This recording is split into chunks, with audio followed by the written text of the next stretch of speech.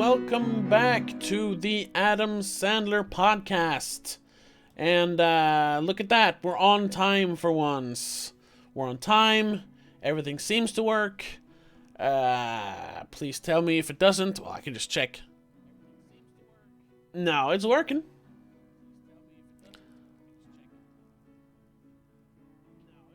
Oh, okay.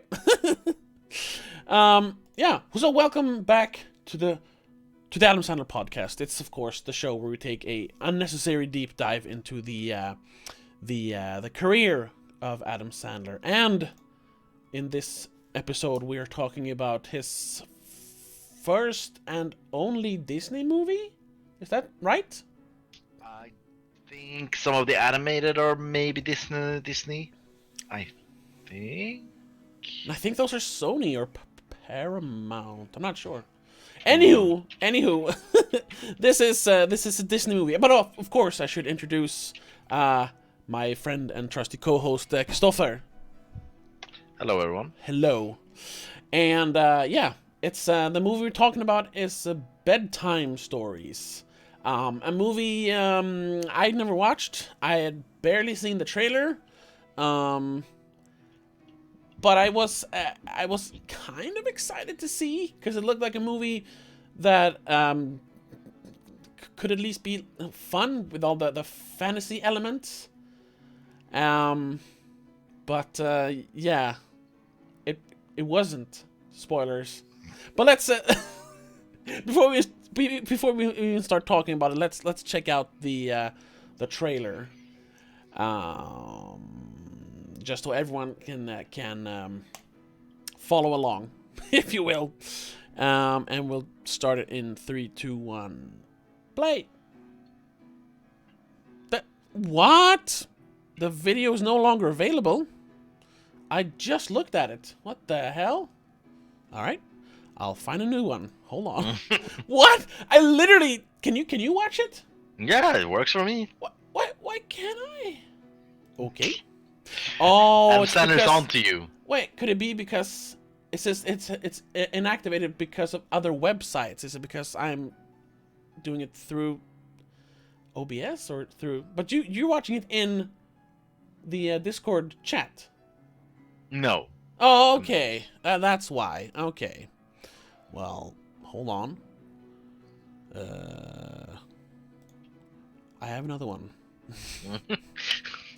That was the only one I found in HD though. But screw it. Let's just do this one. And how can I do this the easiest way? You know what? Let's just do this. Boop. There. And wow. Oh, you need of course you need this so you can watch the same trailer. There we go.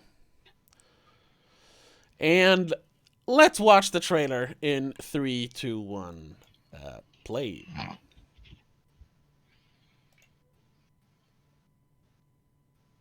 So, guys, let me ask you something. What the heck is on my head right now? Bugsy, Why do you call him Bugsy? because of his eyes. Those would be big on a cow. Skeeter, Sis. I'm getting laid off.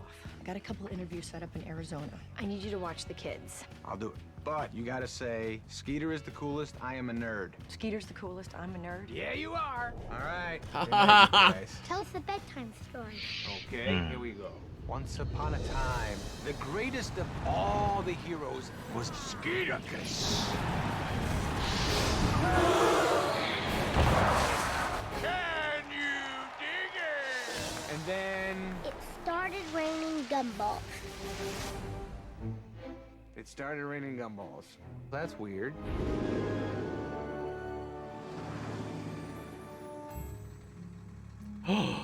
What?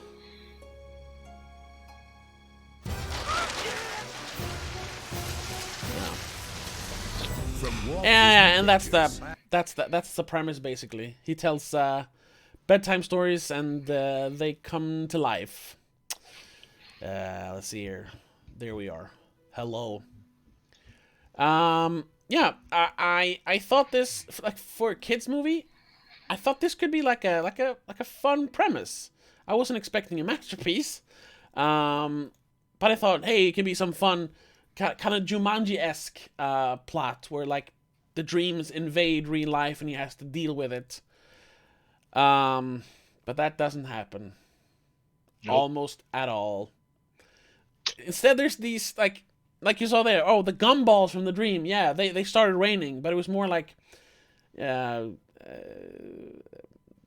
was just a coincidence because a candy truck, was hit. On the bridge above him. Yeah, yeah, exactly. He on the overpass, and it was just and stuff like that. So there was no like Roman Colosseum spectators turning up and him having to deal with that, or he didn't actually go to space because one of the bedtime stories is about space. It was like these. I get the point, but for that the stories are supposed to be more like the moral of the story, that you can't like try and control fate or whatever.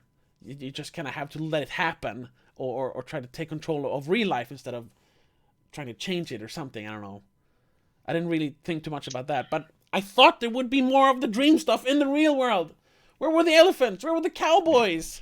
That would have been fun at least. Because I'm already ranting, so I'll just say it right away. This movie was fucking sucked. It was boring. It was Adam Sandler being a douchebag again. He was not sympathetic, and they tried, but he played such a terrible character.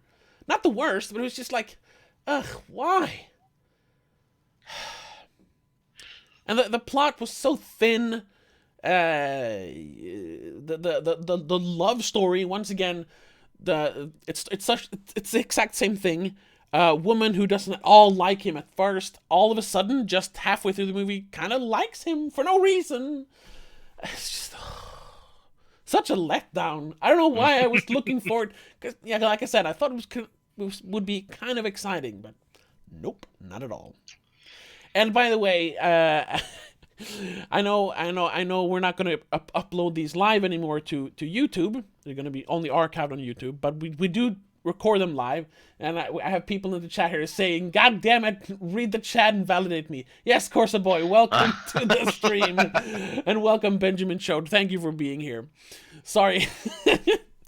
But let's move on to you, Christopher. First of all, you had never seen it before, right?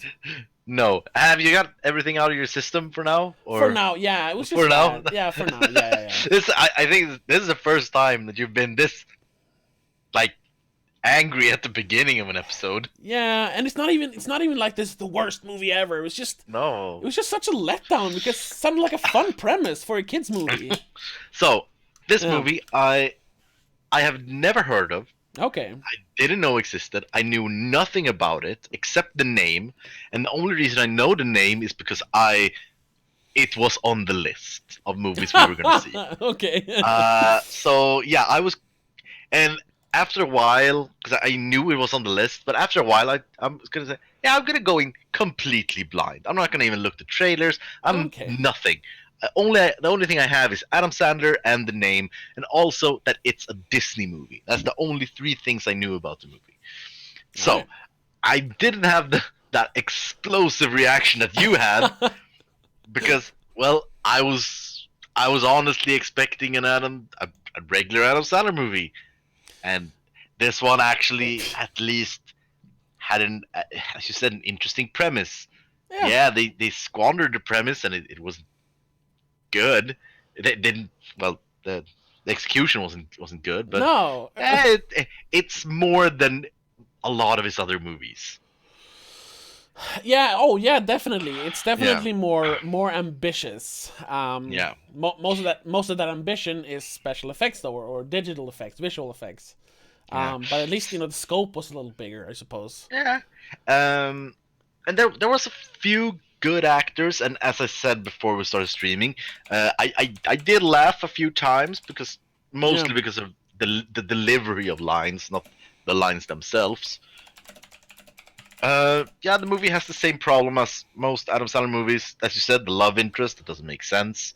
Adam Sandler plays a horrible character with no redemption, really.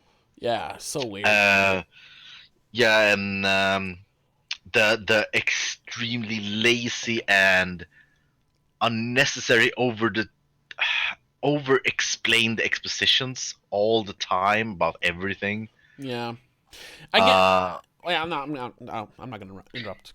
yeah, no, things like he reads the story and something comes true, and instead of being surprised, wow, he says, "Wow, it came true. The story I told yesterday to the kids, it Yeah. has come true." And come on, you're not even talking to anyone. Yeah, so there was a lot of problems, but for me, this is a completely middle of the road. I had no strong emotions either way. It's a meh. We've seen better, we've seen worse. It's nothing special. Yeah. It deserves the reputation. It deserves the reputation it had from my point of view, which is nothing. So yeah. Yeah, and I agree with that. It's not a terrible movie. Why I racked it away? I did was just I actually didn't feel that strongly about it yesterday. It was just like, oh, okay, because I watched it yesterday. But now when I actually thought about it, it was such a squandered premise. Yeah, it could have been a kind of interesting, like a squash of Princess Bride and Jumanji, as you said. Yeah, exactly. It could have been interesting. Either if they leaned more to the Princess Bride and more of the stories, that the stories was actually good that he was telling. Because I mean, the production was great, and I like the small points in the story where just like with the mermaid thing. Like, yeah, she should be in the story. Oh. She's a fairy queen. No, she's a crow. No, she's a mermaid, and it changes. I think that's kind of fun. But if they put more effort into the stories, that would have been good, or put more effort in the consequences of the stories, that would have been good. But they didn't either. It was just meh. Yeah, and just thinking about the premise right now, I mean, they could have done it in a much more interesting way. Like, he didn't have to be,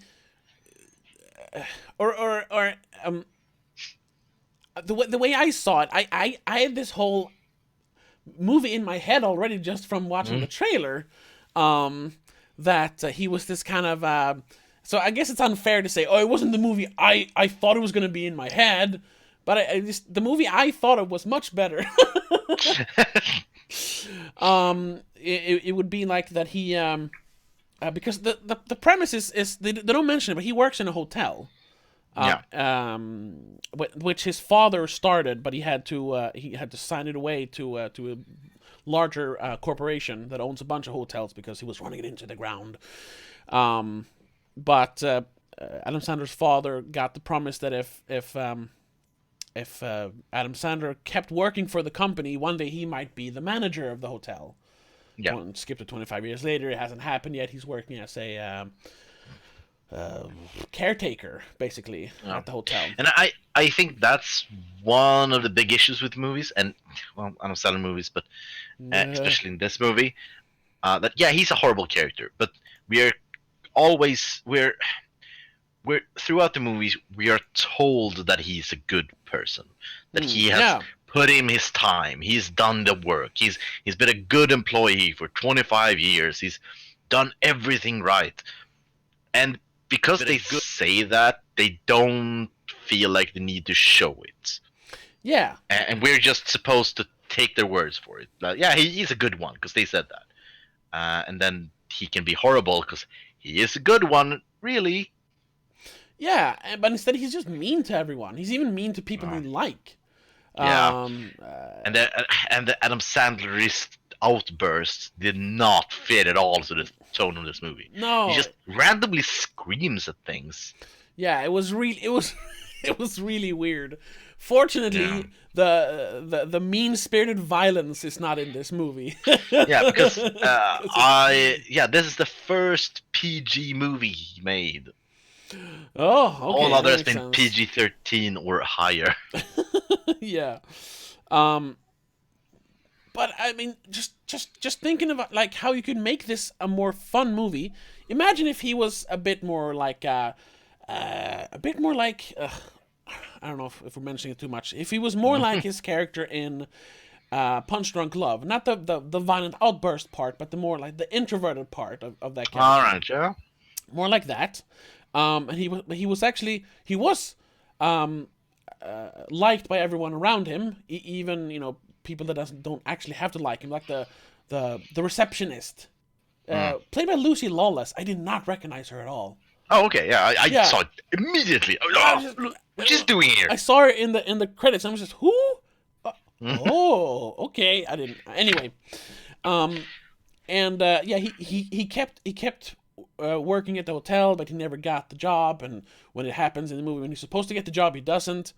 But he keeps his spirits up. But this is like the one thing that now it kind of breaks him a little bit. But at least he has his stories. Like he's good at telling stories. He has a good imagination. But he never gets to use it because he's just a caretaker. But then when he gets to meet his niece and nephew.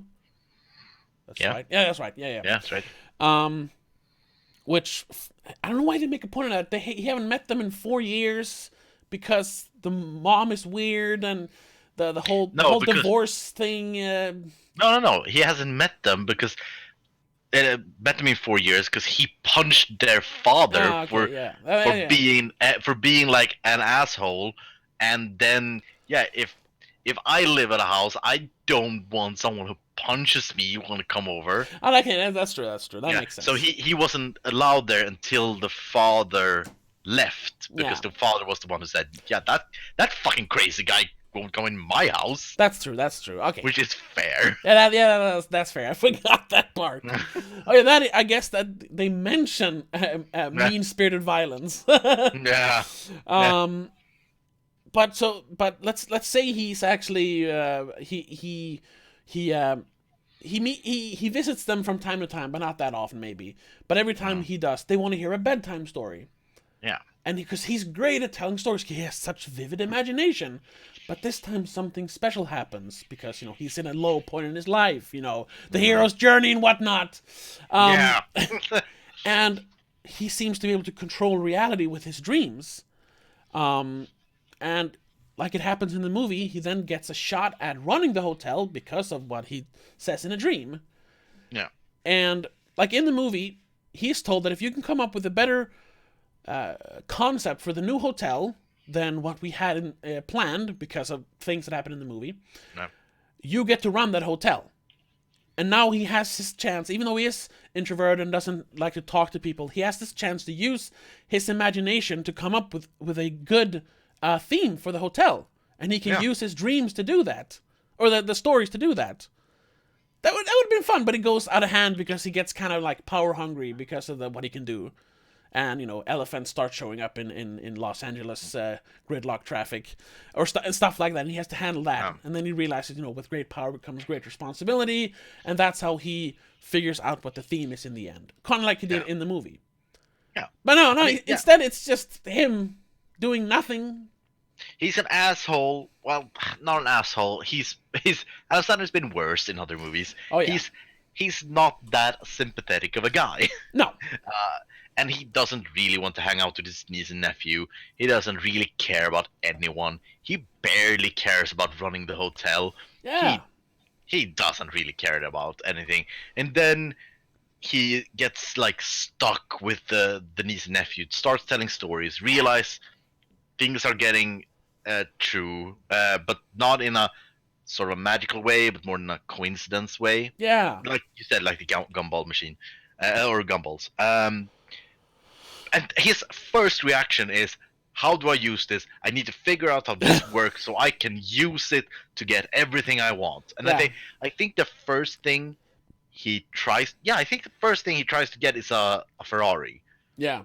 And then $1 million. $100 million. $100 million, yeah.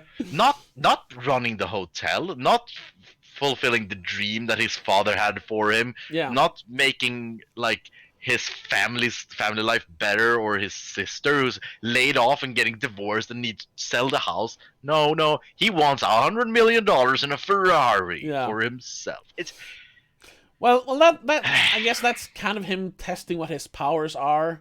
But yeah, it comes off as very selfish. yeah. Yeah. And And a lot of also, which was two things that's very annoying. One thing, because we sort of established that he's kind of a bad guy. yeah, he's Yeah, but unlikable. people keep. But the weird thing is, at least in the first half of the movie, people are reacting like he's a great guy. Yeah, and I don't know why, Like- because we never see Well, that like- in the movie. No, because when in the beginning of the movie, he's fixing a microphone for the owner to give a speech, and there's Yeah. a lot of people, and he starts like checking the microphone, then he sings a little song, and everyone is like, "This is great! This guy is amazing!" Yeah. And it's like, what? No, what's happening? Why? They could have made that, because that's not his introduction. We see him before that, right? Or maybe that is the introduction. I don't know. Well, no, I think that's the introduction as him as an adult, but we see him as a kid Oh yeah, sure. when the sure. father tells the backstory of the hotel and how he sold it and all those things. Yeah, because that could have been a good. I think we've seen before that. A good introduction to him being kind of awkward, but having a vivid imagination. He starts singing this song and realizes, I shouldn't have done that. Oh, sorry, and then he leaves stage. Yeah. Something like that. But instead he's just "Wah!" being obnoxious. Yeah, it's weird. Yeah. Well, it's and Adam it's- Sandler. It's but it's several points when he just does something weird and people are just applauding and cheering for no real reason because he exists. And then Yeah. other people, like the receptionist, hates him for no reason. Yeah. And it's weird. It's And a- also, a that's mess. the first thing that's annoyed me through the movie. The other thing was he comes up with the idea off screen. Yeah, like The whole thing is building up to he's gonna make this idea to get the hotel, to be the owner and show what he can do, and we are never shown him even thinking about an idea. He just No. goes up and says something, and the things he says isn't even like something. yeah, it's not. It's so abstract. You Yeah, can't, it's not tangible. Like, what is No. that? Because He just, we're gonna give a feeling. Okay, how? What's yeah, but you know what? That's kind of funny, because it's classic like corporate speech, very wishy-washy, but it sounds good, so we'll go with it. Other than yeah, but if that was the point, they should have like oh no, ended up more. I just think they didn't really have an idea for it, so they made a cute speech. What made him No. cuter by the fact that he can't talk because a bee stung his tongue. But honestly, Guy Pearce, who plays the bad guy, yeah, he's Sort of. he is a bad guy. He wants to demolish a school to build a hotel. That's pretty bad. That's also, I don't really understand that thing. No. I mean, They didn't buy the school. The school was shutting down. They said that they were gonna buy the land, but Yeah. they're like blamed for shutting down the school. It's not their. yeah, it doesn't really make sense, because if the school is shutting down, why do they care if they're gonna blow it up? Yeah. It's already happening. I'd say Guy Pearce's role in this movie is the same as the bad guy in Billy Madison. Yeah, more or less. He's I mean, not actually a bad guy. He's just a guy trying to do good business deals. well, they do try to make him out more as a bad guy, because he does cheat on his girlfriend. We don't see that, but him and It's the implied. receptionist, it's implied that they have an affair going on, Yeah. which I don't really. I mean, I get it for the movie, but I gotta say, one of the why I didn't turn this movie off and watched it in segments. Well, the one saving grace, and call me shallow, but Teresa Palmer was in this movie, and wow, that helped me get through this movie. God damn. Guy Pearce's girlfriend, this Teresa Palmer, she's a very good actress, but it also helps that she's very beautiful. She plays like sort of a parody or something, or homage to Paris Hilton. Yeah, something like that, but with a Ah, British s- accent for some reason. Yeah, because it's the same time, and also Yeah. she's the daughter of a hotel owner, so you know. Yeah, it's it's basically Paris Hilton, yeah. But they make her kind of sympathetic as well, Yeah, which that was nice, but I don't know what purpose it served. I liked it, but okay. it's. I mean, it's. I think. I think maybe they were trying to do like a switcheroo that we weren't supposed to realize who the actual love interest was. Yeah, but we But kinda, it's an Adam Sandler movie, and yeah. a pretty girl comes up and hates him in the beginning of the movie. Obviously, that's the love interest. That's gonna be the love interest. Yeah. Yeah. So yeah, I didn't really fall for that, but but hey, anyway, now I lost my train of thought because I was thinking of Teresa Palmer. All right. So Guy Pearce is kind of a bad guy, and towards the end, even though he doesn't really mean to do it, he almost blows up two children in that school. Yeah. Yeah. And we have Nick Swardson being like responsible. I've never seen him being responsible in a movie before. Hold on, we have to check the building first. And it's like, no. But I mean, in my head, Adam Sandler character drove him to that fucking point. He was a calm and collected guy, and then this janitor is almost taking his job. It's yeah. I mean, it is almost exactly like Billy Madison, because why should the janitor have the job as hotel manager? We don't really see this. He's called Kendall something. A Guy Pearce's character. We don't really see him doing any sort of managerial tasks in the movie, but he works for the company already. We have to assume he has a manager position at some. I mean, he must level. have climbed in some way Yeah, at that point. so it would make sense. It's a mean thing to say that, hey, Adam Sandler might get the job. What is his name? Skeeter. Skeeter might get the job if he really tries, but it's not gonna happen. Anyway, yeah. So that's the premise, and even the dreams. I don't know. I mean, I'm thinking like the only one that was kind of like exciting was the Wild West dream. The other ones were kind of, they really didn't really do much with it. At least that one had like a horse race, and she was attacked by bandits, and he saved her. The other ones was just, I guess, the space one had a zero gravity fight, but it was so silly. I mean, it's a kids movie, so I guess kids probably liked it, but it's just like, ugh. At that point, I wasn't really having it.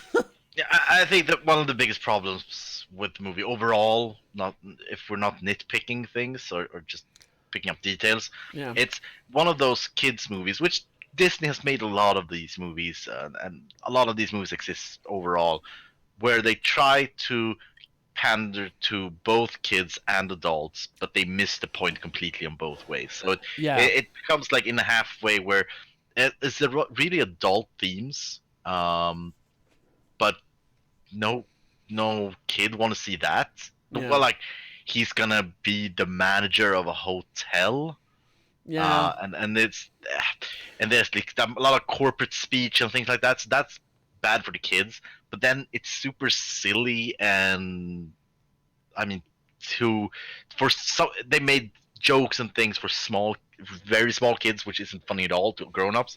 No, yeah. I mean, so that's the biggest problem overall. It's just it misses both audiences. Yeah, both targets missed. Yeah, just if they've changed it to that the hotel was struggling and they were gonna get bought up now in modern times, and the father was still alive, and it's like, I wish there was something we could do, but we're gonna have to sell the hotel to the Nottingham corporation.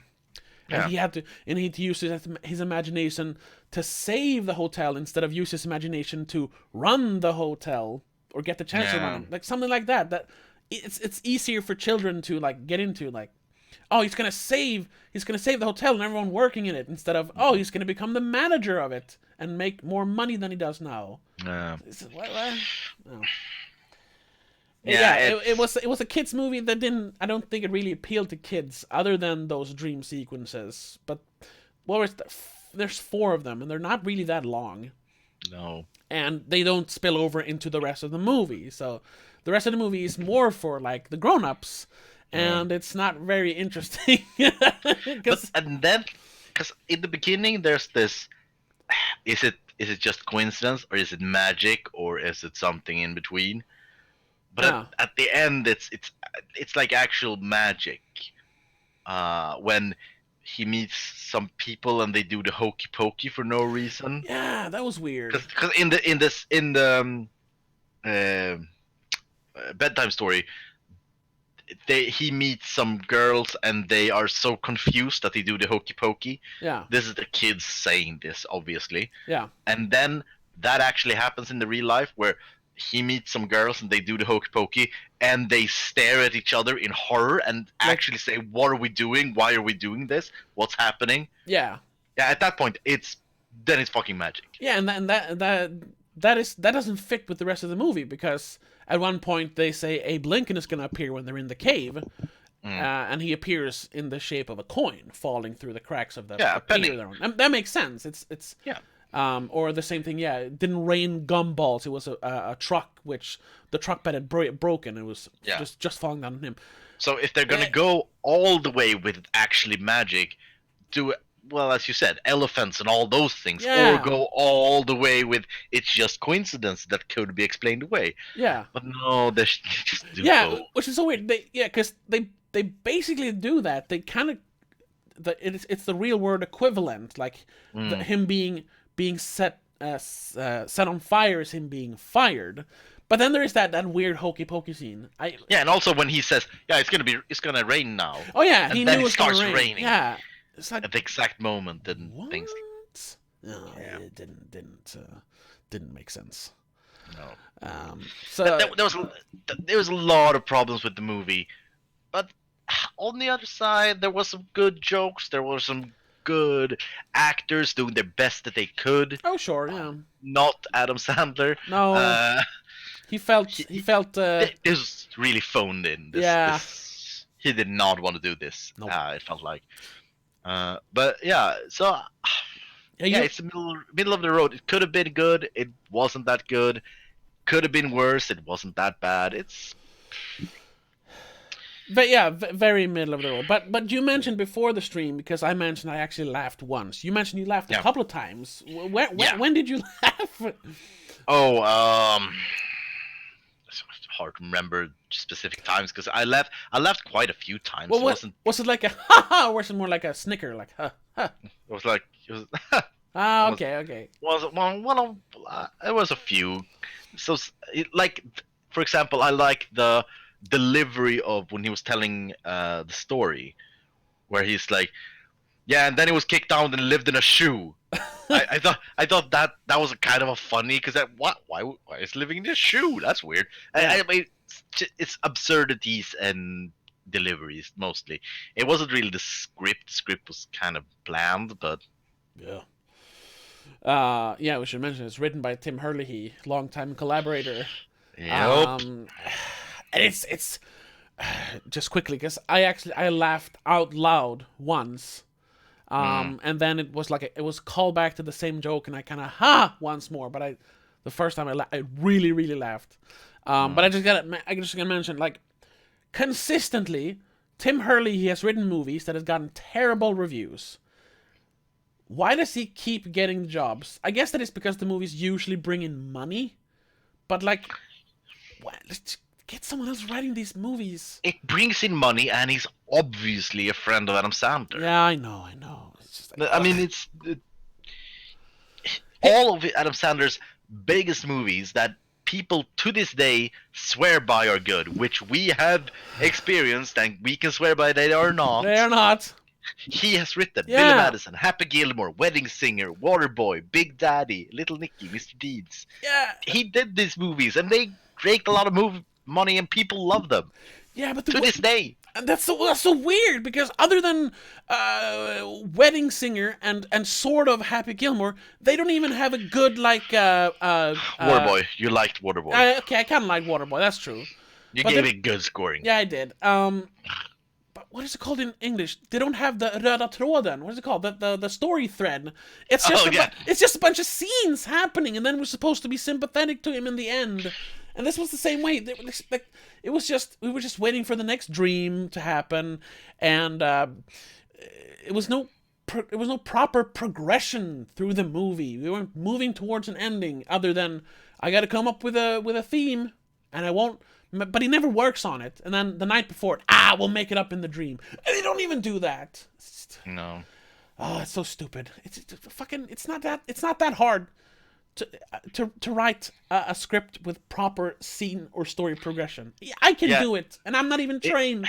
No, and it does. It really does feel like he has, like, a bullet point. Like this, then this happens, then this happens, then this happens. He just changes the details. Yeah. Then he meets a insert female character. She hates him because of insert reason here.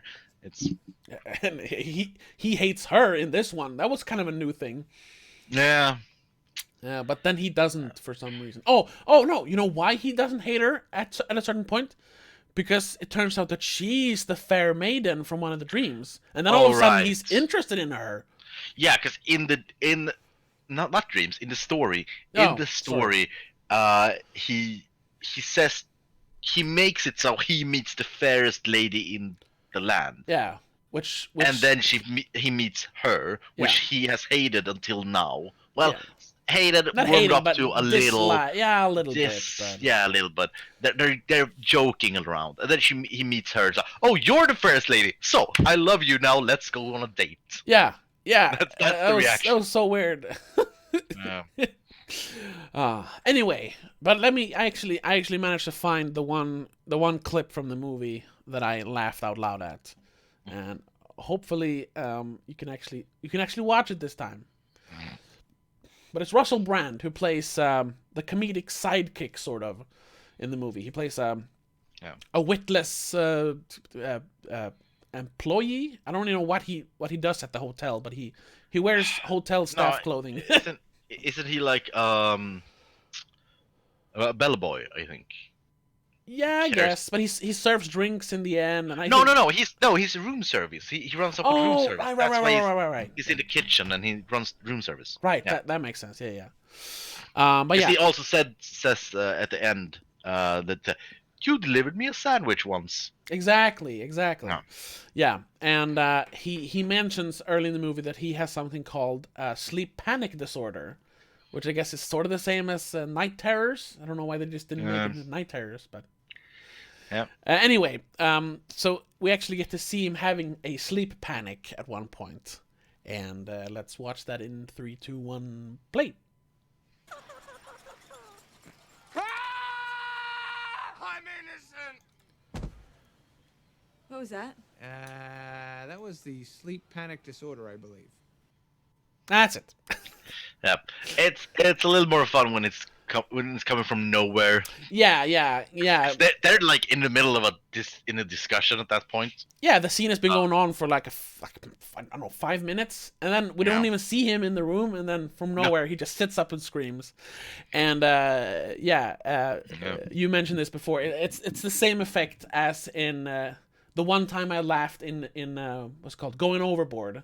It's when Billy Zane screams slime. It's just a reaction to a loud noise that made me laugh. So I don't know if I can credit the movie with that, but hey, I laughed. That was the one time, and then he does it again later in the end of the movie because he falls asleep during. And that's not fun at all. No, it was just like, oh, he did it again. Oh. Yeah. But anyway, that's the only time I laughed. Other than that, I might have like smiled or something. One thing I gotta say that was I liked in this movie, that was in the ending when they are going by on the bike or on the motorcycle. Yeah. And it's switching between the stories and real life. Yeah. I like that. I like that part. It was Because cool. it was like, because it was like he's starting to believe the stories, and he's starting to feel like the character in the stories, and it's like sort of a development thingy, and it's visually it looks kind of cool. Oh yeah, definitely. And I get the like yeah, it was like a callback to when he's in control of the stories, he's now taking control of real life. Yeah. Because he's taking action. But it feels like something they should have built up to. Oh yeah, definitely.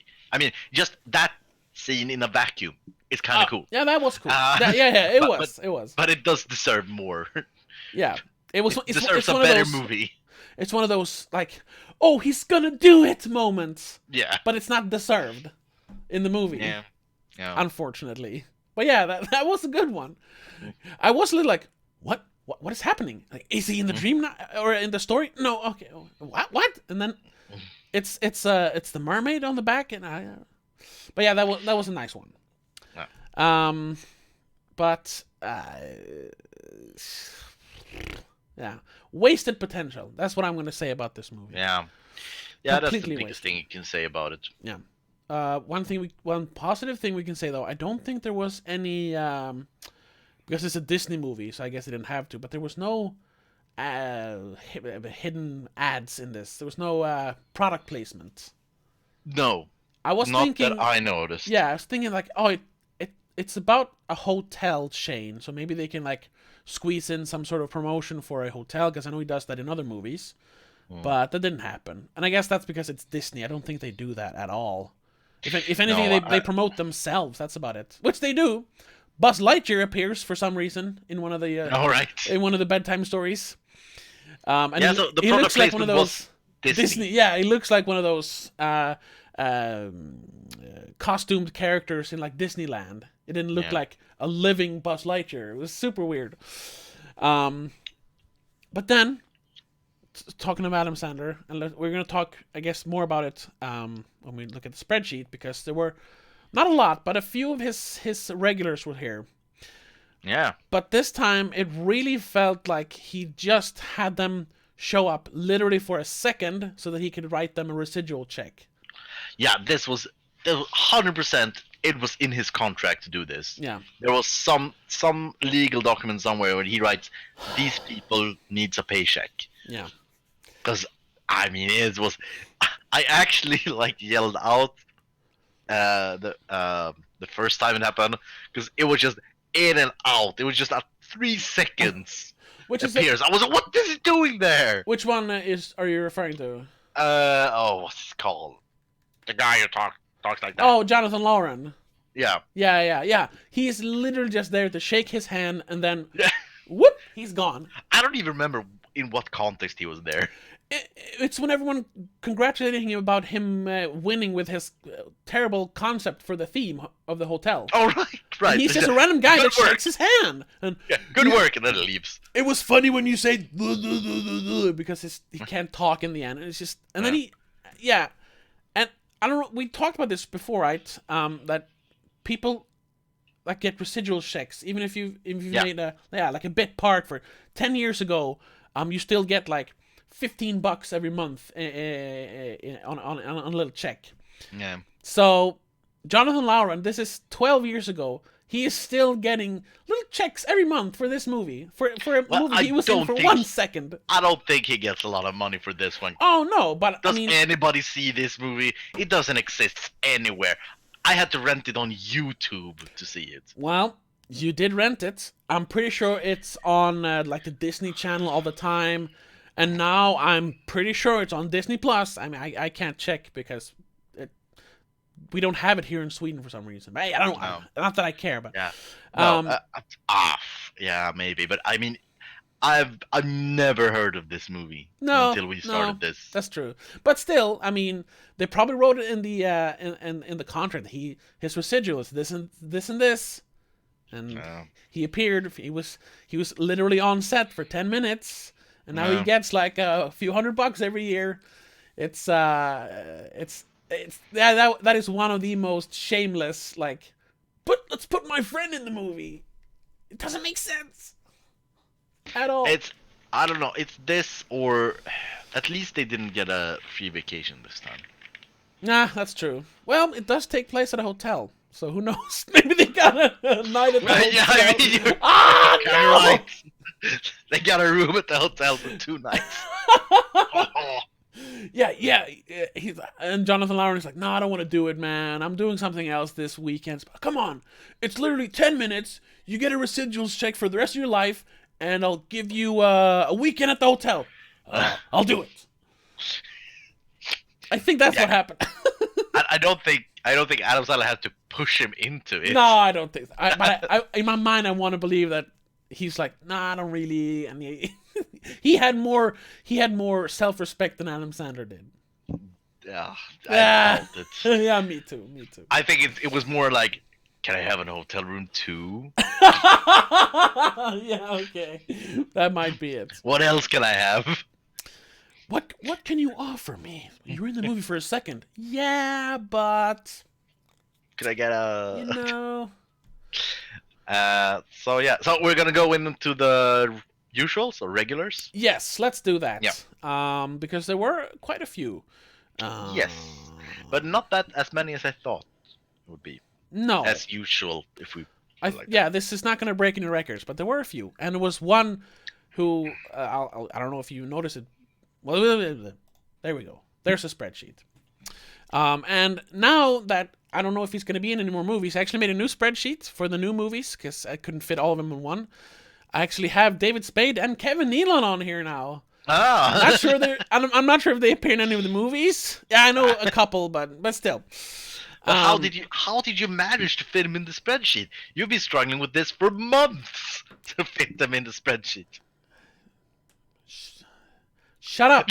Let's talk about. Well, first of all, let's just take a look because Reign Over Me was the first. I made this for last week, but Reign Over Me didn't have any. So, but it's still there on the spreadsheet. But anyway. So let's go to bedtime stories. First of all, the first one that appears, I think, is Rob Schneider, right? He plays the thief. Well, technically he plays the Indian. The Native American in the bedtime I think story. he's the first one. I think so. Yeah. Yeah.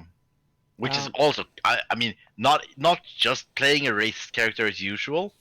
Yeah. Schneider. Yeah. He's also playing in the story. He's an Indian. In real life, he's a thief. And it's the same actor. That connection is not. That was weird. And why do they keep making him play like racial stereotypes? I don't get know. it. Someone, I presume Adam Sandler, think it's hilarious when he plays a racist stereotype. When he does the voice. Because it's not even good voices. I mean, the best one, which is barely good, that's the Asian guy in Chuck and Larry. Yeah, And that one's pretty good. Barely good, but that's the best one. I mean, he does. I think he does good stereotypes. Now that's not a good trait to have, but he's pretty good at playing stereotypes. Anyway, yeah, Rob Schneider is in this. It's supposed to be in red. There we go. No. No? There we go. Oh, it was blue. Okay. So Rob Schneider's in this. Yeah. And then we mentioned Jonathan Lauren, who is literally in the movie for a second. Oh, nice. And then, no, wait! Alan Covert is the first one. Oh, yes. When he's the Ferrari guy. Yeah. Which is actually is credited as. It's his name, right? Yeah. Ferrari guy, or like nice, rich car guy, or whatever. Yeah. Or is it Ferrari guy? Maybe it is. Wait. No, he's Ferrari guy. Yeah, because he doesn't have a name in the movie. Yeah. Yeah, that's another one. I thought they were gonna do some sort of. I thought he was gonna be like the butt of a joke in one of the bedtime stories, so he would turn up and have to give his car to Adam Sandler or something, because he likes to make fun of Alan Covert in his movies. But here he just disappears. All right.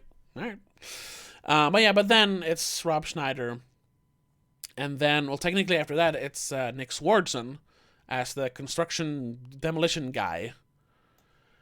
And then, actually, yes, there is one more. When Adam Sandler steals the bike in the end, one of the bikers is Blake Clark. But we literally only see the side of his face in a pickup shot from far away. Yeah, I didn't see it at all, but I looked it up later. Oh, okay. Because I was like, was that Blake Clark? I thought he was gonna turn around and say, "Hey, that's my bike." But then that could have been a stand-in. That could have been a guy they picked off the street the second before they shot the scene. What? Well, hey, I can tell you why. Residuals. Yeah. That's why. So Blake Clark is in this, or Blake Clark's profile is in this. And then, at the very last, minute of the movie, or 5 minutes in the movie, Jonathan Lawrence shakes Adam Sandler's hand and says, yeah. Wait, no. That's before, All right, that's before the whole school thing. Yeah, Sorry. it doesn't really matter what order No, it is. I didn't even... Because that should have been the climax of the movie. But it's he not. got it, but then it's the school... whatever. Yeah. But that's it, right? 5 people. Yeah. I think so. It's still a lot, but we've had more. We've had more. But that was more... Peter Dante wasn't in this. I thought he was in the beginning, somewhere in the medieval bedtime story. I thought I saw him, but it wasn't him. I tried to find him, but it wasn't him. But anyway, 5 out of the regulars. So he managed to squeeze a bunch of his buddies into a Disney movie. That's it's pretty nice, I guess. Yeah. But let's take away this spreadsheet and let's. I think we're just gonna go to the scoring, right? Yeah, I think so. Yeah. Let's see here, leaderboard. Leaderboard. There we go. So. You first. That's customary. What? Because I'm struggling. What are you going to give it?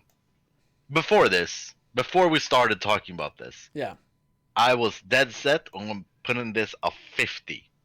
Okay. The complete middle of the road. All right. But now when we talked about it, I can't stand by that scoring anymore. So I'm going to give it a 44. 44, okay. Yeah, it's a little worse than the middle. Yeah. Not much, though.